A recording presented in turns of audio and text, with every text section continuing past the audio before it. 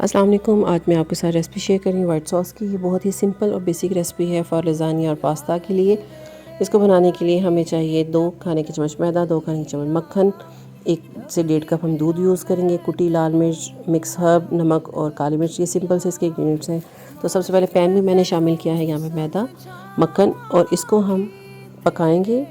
जब इसका थोड़ा सा कलर चेंज होगा तो हम इसमें शामिल कर देंगे दूध मैंने यहाँ पे तकरीबन 1.5 कप यूज़ किया है। साथ ही हम बाकी इंग्रेडिएंट्स इसमें शामिल कर देंगे। इसमें लम्स ना बने, इसको आपने मुसलसल हिलाते रहना है। जैसा ही गाढ़ा होगा हम इसको रिमूव कर देंगे फ्लेम से।